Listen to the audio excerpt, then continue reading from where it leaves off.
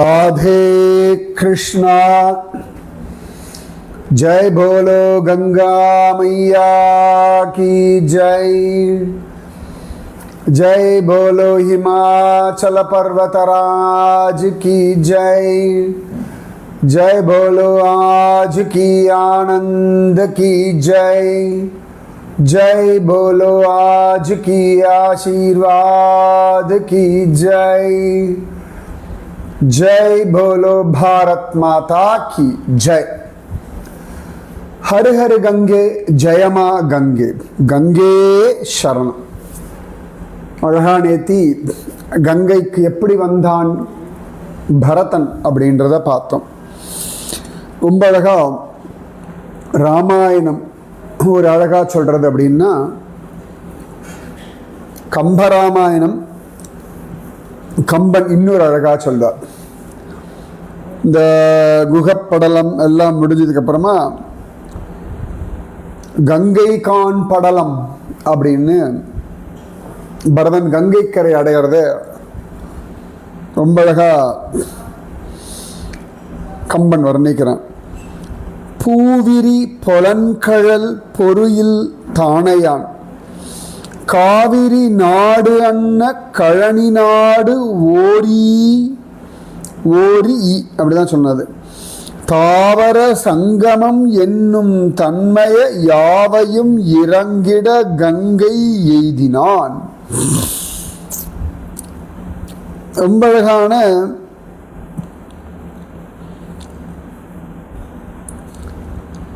வீரக்கழல்லாம் அணிஞ்ச இந்த காலில் புலன்கழல் அணிந்த ஒப்பற்ற சேனையுடைய பரதன் காவிரி நாடன்ன கழனி நாடு ஒரி.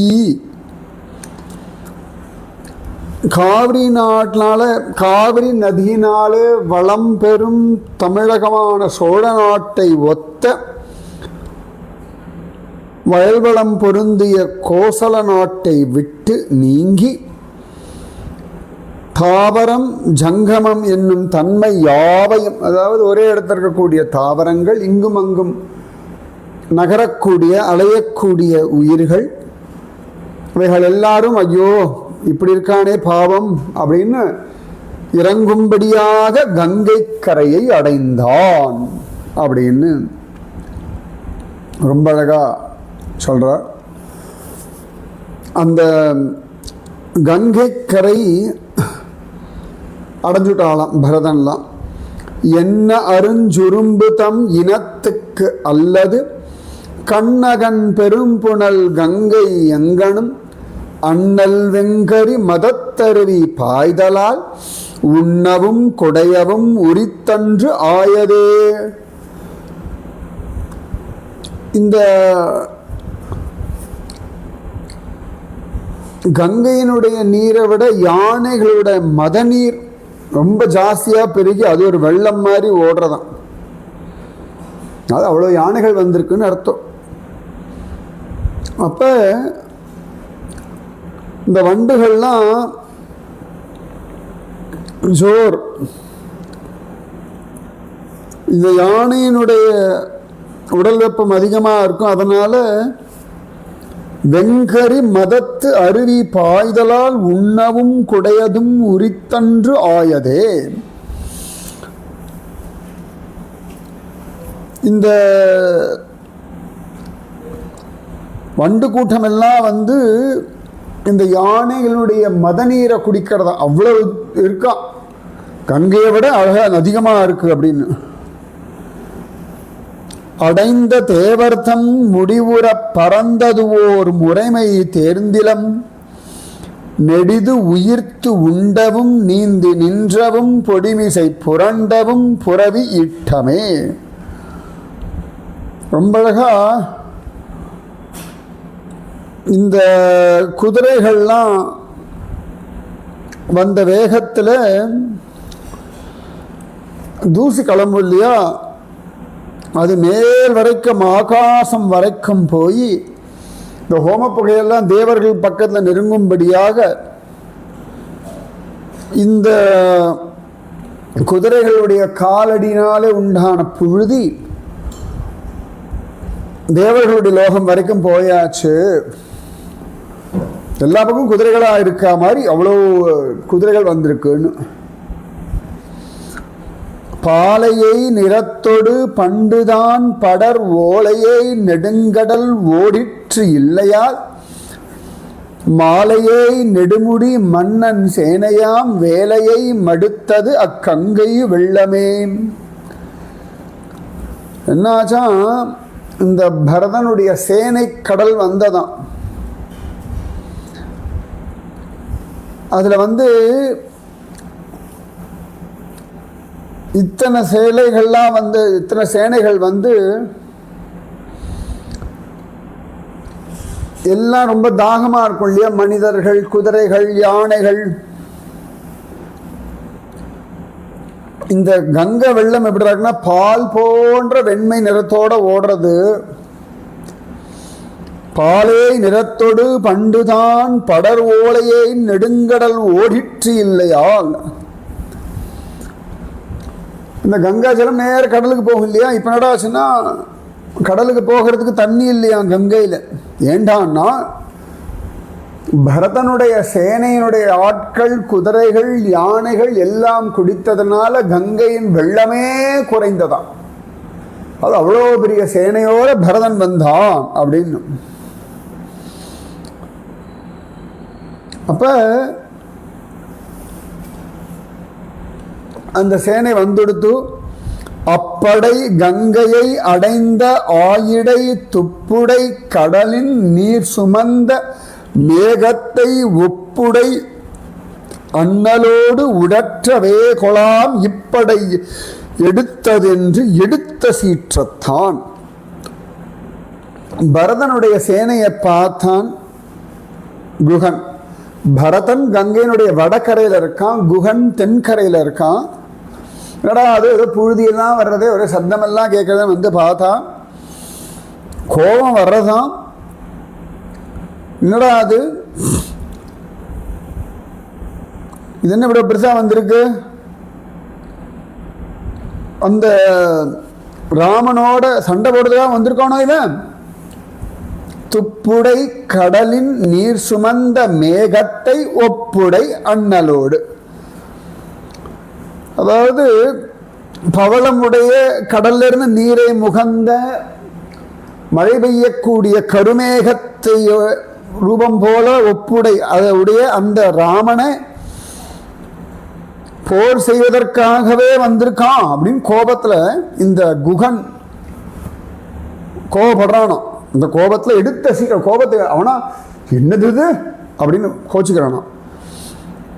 குகன் என பெயரிய கூற்றின் ஆற்றலாம் தொகைமுரண் சேனையை துகளின் நோக்குவான் நகைமிக கண்கள் தீ நார நாசியில் புகை உற குனிப்புறும் புருவ போர்விலான். குகன்ற பெரிய பேரை உடையவன். கூற்றின் ஆற்றலாம், விரோதிகளுக்கெல்லாம் அவன் யமன். தொகைமுரண் சேனை, கூட்டமாக உள்ள வலிமை படைத்த பரதனுடைய சேனையை பார்த்துட்டு ஒரு தூசு மாதிரி பார்க்குறான். என்ன பெரிய கூட்டம் வந்தா என்ன அப்படி அந்த ஒரு சிரிப்பு திருப்பினான்.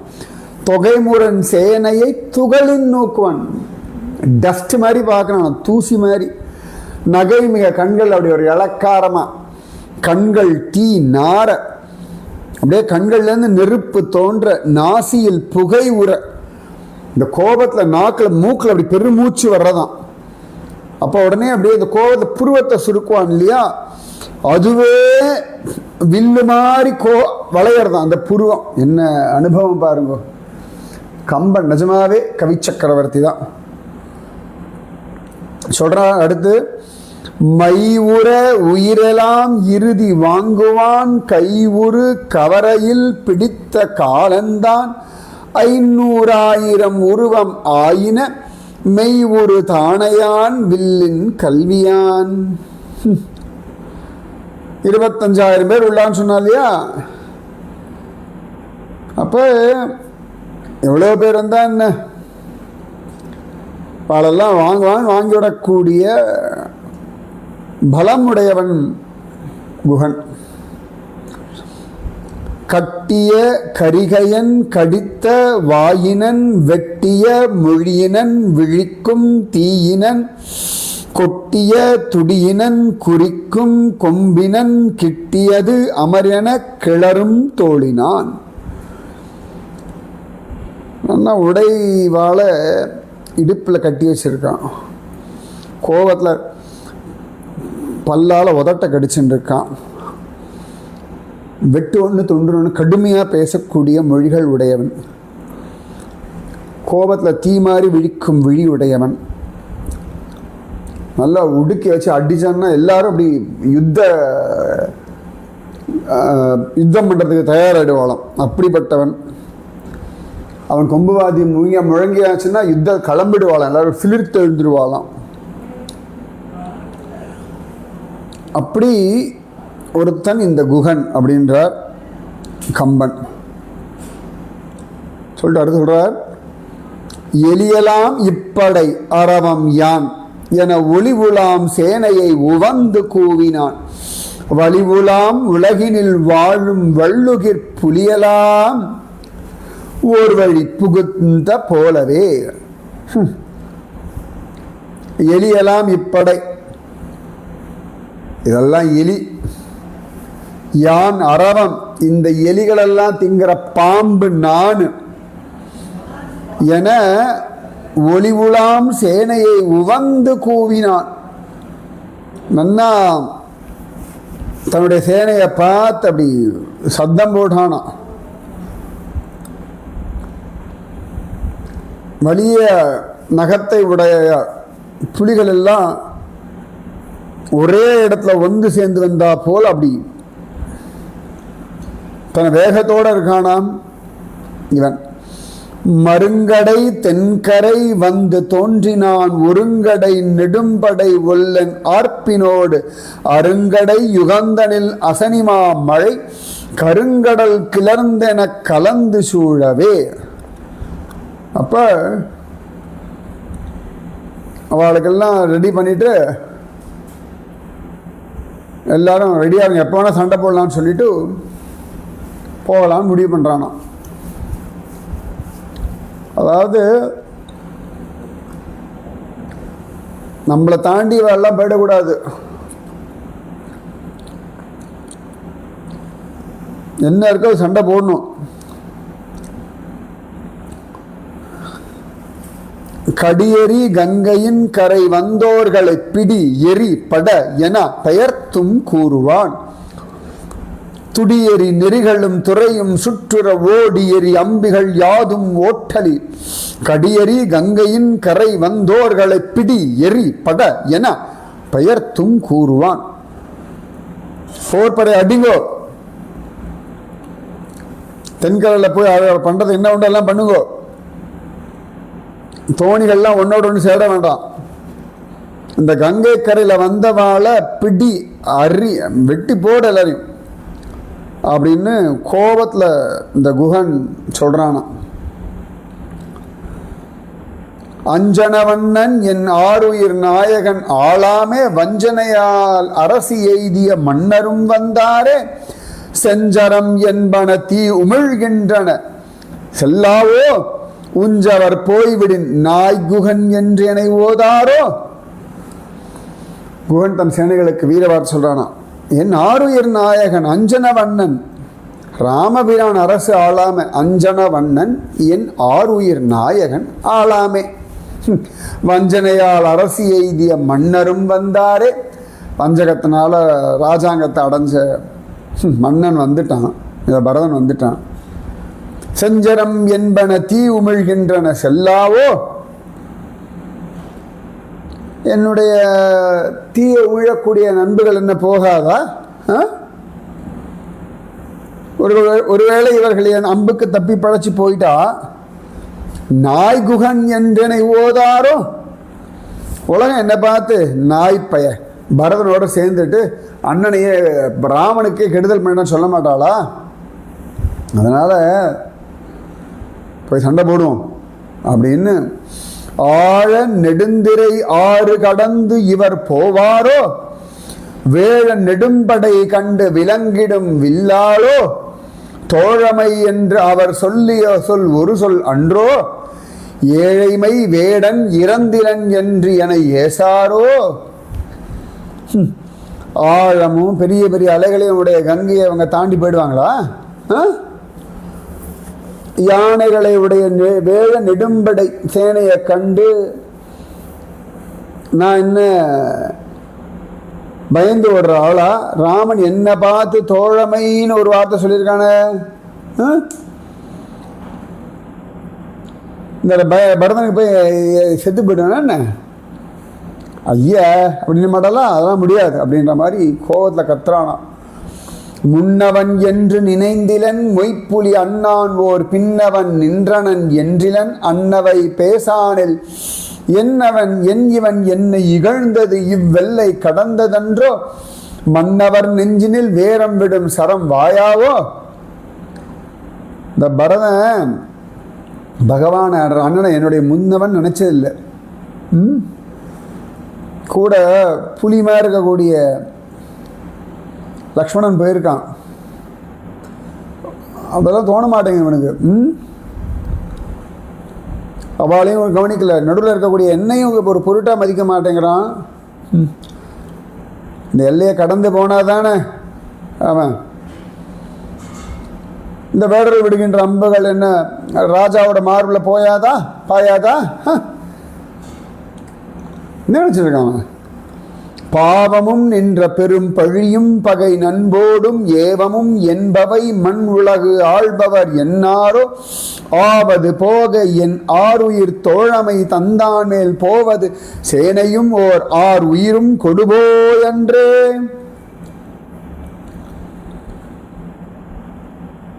இந்த பூலோகத்தை ஆளக்கூடியவர்கள்லாம் தான் செய்யக்கூடிய காரியத்தில் ஒரு பாவம் உண்டு, பழி உண்டு. பகைவர் இன்னார், நண்பர்கள் இன்னார் நினைக்க மாட்டாளா?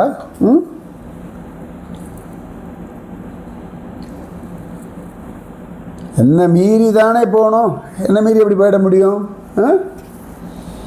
அருந்தவம் என் துணையாள இவன் புவி ஆழ்வானோ, மருந்தனின் அன்று உயிர் வன் புகழ் கொண்டு பின் மாயேனோ, பொருந்திய கேண்மை உகந்தவர் தம்மொடு போகாதே இருந்தது நன்று கழிக்குவன் என் கடன் இன்றோடே. நண்பனாகிய ராமன் அரிய தவத்தை பண்ணிட்டு இருக்கான். இவன் உலகத்தை ஆண்டுருவானா? பார்த்துருவோம். எனக்கு அமிர்தமே கிடைச்சாலும் வேண்டாம். ராமனுக்காக பரதனை எதிர்த்து அப்போதான் உயிர் துறக்க மாட்டேன் நான். நல்ல வேலை நான் அவளோட போகாதது நல்லதா போச்சு. பொருந்திய கேண்மை உகந்தவர் தம்மோடு போகாதே இருந்தது நன்று கழிக்குவேன் என் கடன் என்றோடு. நான் ராமனுக்கு செய்ய வேண்டிய கடமை இன்னைக்கு பண்ணுறேன். நல்ல வேலை அவளோட நான் போல. ராமன் இங்கே இருந்தான்ல, அதெல்லாம் வச்சு பார்க்குறான். தெரிஞ்சுதான் சொல்லியிருக்கான். தும்பியும் மாவும் இடைந்த பெரும்படை சூழ்வாரும் வம்பியல் தாரிவர் வால் வலி கங்கை கடந்தன்றோ, வெம்பிய வேடர் உளீர் துறை ஓடம் விளக்கீரோ, நம்பி முன்னே இனி நாம் உயிர் மாய்வது நன்றன்றோ. யானை குதிரை இந்த பெரிய சேனையினால் ஜம்முனி இவர்கள்லாம் வந்திருக்கா. இந்த வீரத்தெல்லாம் அங்கே போய் ராமன்கிட்டையும் லக்ஷ்மணன்கிட்டையும் காத்துனா முதல்ல கங்கையை கடக்கட்டும். கங்கையை கடந்தால் தானே இவர்களை கண்டு மனப்புழுக்கமுடைய வெம்பிய மனமுடைய வேடர்களே, இவங்களுக்கெல்லாம் ஓடத்தை ஓட்டக்கூடாது. சரியா? ராமபிரானுக்கு முன்னாடி நம்ம உசுறு போயிடணும். அதான் நமக்கு நல்லது இல்லையா? எல்லாரும் உசு பேத்துறான். போயிடுவாங்களா? நம்ம பார்த்துருவோம். போன படைதலை வீரர் தமக்கு இறைபோதா இச்சேனை கிடக்கிடு, தேவர்வரின் சிலை மா மேகம் சோனை பட சூடர் குடர் சூரை பட சுடர் வாழொடும் தானை பட தன் யானை பட திரள் சாயேனோ. வந்துள்ள சேனையில் இருக்கக்கூடிய வீரர்களுக்கு இந்த பரத சேனையெல்லாம் என்ன பார்த்துருவோம். வாழ்க்கலாம் சண்டை தான் வேணும் வீரர்கள் இல்லையா. என்னுடைய வில்லாகிய மேகம் அம்பு மழை பொழிய எதிரிகளுடைய குடர்கள்லாம் சிதைந்து அலைய நிலை கொடுக்காம முற்றுவேனா நான். நின்ற கொடைக்கை என் அன்பன் உடுக்க நெடுஞ்சீரை அன்று தொடுத்தவன் மைந்தர் பலத்தை என் அம்பாலே கொன்று குவித்த நினம்கொள் பிணக்குவை கொண்டு ஓடி துன்று திரைக்கடல் கங்கை மடுத்திடை தூராதோ.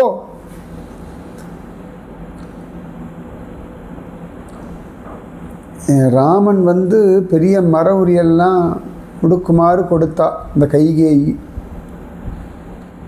அவளோட பிள்ளை பெரிய சேனையை கொண்டு வந்திருக்கான். என்னுடைய அம்புனால இவன் சேனையெல்லாம் வதம் பண்ணி அந்த கொழுப்பு மிகுதியில் அந்த கொழுப்பெல்லாம் விழ இந்த கங்கை நதி அதை இழுத்துண்டு போய் கடலை கொண்டு போட்டுறாதா. ஆடுகொடி படைச்சாடி அறத்தவரே ஆள வேடு கொடுத்தது பார் என்னும் இப்புகழ் மேவீரோ. நாடு கொடுத்த என் நாயகனுக்கு இவர் நாமாளும் காடு கொடுக்கிலராகி எடுத்தது காணீரோ. அசையும் கொடிகளை உடைய சேனைகளை கொன்றழித்து தர்மத்தின் துணைவர்களாகிய ராமலக்குவர் ஆளும்படியாக வேடர்கள் இந்த பூமியை மீட்டு கொடுத்தார் அப்படின்னு புகழ் அடைவோம். ஆடுகொடி படை சாடி அறத்தவரே ஆள வேடு கொடுத்தது பார். இந்த வேடுவர்கள்லாம் சண்டை போட்டு இந்த சேனையை கொன்று ராஜ்யத்தை ராமலட்சுமண கொடுத்தான்னு உலகம் கொண்டாடும்படியான புகழை அடையுங்க. நாடு கொடுத்த எந்நாயகனுக்கு இவர் நாம் ஆளும் காடு கொடுக்கிலராகி எடுத்தது காணீர். அதாவது இவங்கெல்லாம் நல்லபடியாக இருக்கணும். நாடு கொடுத்து வந்த என் தலைவனாகிய ராமனுக்கு இந்த பரதன் நம்முடைய இந்த காட்டையும் பிடிங்கணும் வந்திருக்கான் போல இருக்கு. விடக்கூடாது இவனை. மாமுனிவர்க்கு உறவாகி திரையடைய வாழும் கோமுனிய தகும் என்று மனத்திரை கொள்ளாதே ஏமுனை உற்றிடில் ஏழு கடற்படை என்றாலும் ஆமுனையின் சிறுகூழ் என இப்போது ஆகாதோ.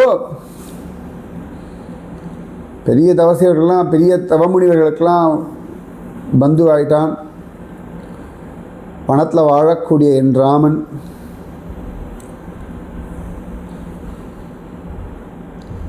இந்த பரதனை சந்தித்து போரிட்டான்னா என்னத்துக்காகும்? என் ராமன் கோச்சிட்டானா இவெல்லாம் முடிஞ்சிட்டான் அப்படின்னு அவ்வளோ அழகாக கோபத்தை சொல்லிட்டு தெரிந்தால் நேர போய் பார்க்கலான்னு வந்துட்டானான். சுமந்திரனை பற்றி சுமந்திரன் பரதன் கிட்ட குகனை பற்றி சொல்கிறது. கங்கை இரு கரை உடையான் கணக்கிறந்த நாவாயான் உங்கள் குலத்தனிநாதற்கு உயிர் துணைவன் உயர் தோளான் வெங்கரியின் ஏரணையான் வில் பிடித்த வேலையினான் கொங்களரும் நெருந்தன் தார்க்குகன் என்னும் குறியுடையான். தன் கூட்டத்தெல்லாம் ரெடி பண்ணிட்டு நேர போய் தெரிஞ்சுக்கலான்னு வந்துட்டானா குகன். அப்போ குகனை பற்றி சொல்கிறார் சுமந்தன். பரதன் இன்ட்ரடியூஸ் பண்ணுறார். கங்கை இருகரை உடையான். கங்கையினுடைய இருகரை எல்லா நிலங்களுக்கும் சொந்தமாக உடையவன். கணக்கில்லாத அளவுக்கு அவ்வளவு படகுகளை உடையவன். உங்கள் குலத்து தனிநாதற்கு அழகான ராமனுக்கு உயிர் துணைவன். ஆத்மசம சகா. உயர் தோளான். நல்ல உயர்ந்த தோள்களை உடையவன். வெங்கரியின் ஏரணையான். மதம் பிடிச்ச யானை போல திமிரானவன். வில் பிடித்த வேலையினான், எப்பொழுதுமே கையில் வில்லு பிடிச்சுண்டு இருக்கக்கூடிய பெரிய கூட்டத்தை உடையவன். அழகான கொங்கலரும் நருந்தன் தார்குகன், நல்ல ஃபஸ்ட் கிளாஸ் மாலையெல்லாம் போட்டுன்னு இருக்கக்கூடிய குகன் என்னும் பெயர் உடையவன். கல் காணும் திண்மையான் கரை காணா காதலான் அர்க்கணி கண்டனைய அழகமைந்த மேனியான் மல் காணும் மணி நிறத்தாய் மழை காணும் மணி நிறத்தாய் நிற்காணும் உள்ளத்தான் நெறிதல் நின்றனன் என்றான்.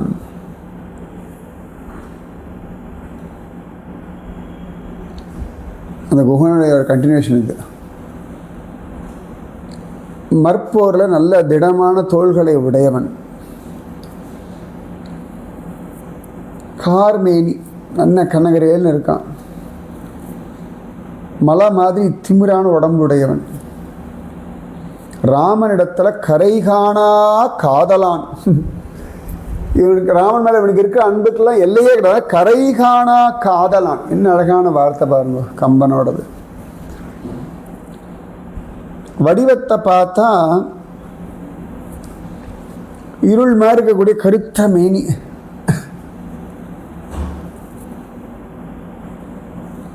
நீ போகிற வழியில் எதிர்க்க இருக்கக்கூடியவன் தான் இங்கே வந்திருக்கான் அப்படின்னு சொல்லி ராமனுடைய குகனுடைய அன்பை பற்றி ரொம்ப அழகாக சுமந்திரர் பரதனுக்கு சொல்கிறார். அப்போ தன் முன்னே அவன் தன்மை தந்தை துணை முந்து உரைத்த சொல் முன்னே உவக்கின்ற துருசிலா திருமணத்தான் மண்முன்னே தழி கொண்ட மணக்கு இனிய துணைவனேல் என் முன்னே அவர் காண்பேன் யானே சென்று என எழுந்தான். அந்த குகனுடைய தன்மையை பற்றி தந்தையினுடைய துணையான சுமந்திரர் சொல்ல ரொம்ப சந்தோஷப்பட்டு துளசியிலா திருமணத்தான், கொஞ்சம் கூட குற்றமில்லாத மனமுடைய பரதன் நம் அரசனாகி ராமன் வனம் புகுந்த முன்னமே தழுவிக்கொண்டுள்ள அவன் மனத்துக்கு இனிய துணைவன். அவன் என்ன பார்க்கறது முன்னாடி நானே போய் அங்கே முன்னாடி பார்க்குறேன்னு வேகமாக எழுந்தானாம் இந்த பரதன்.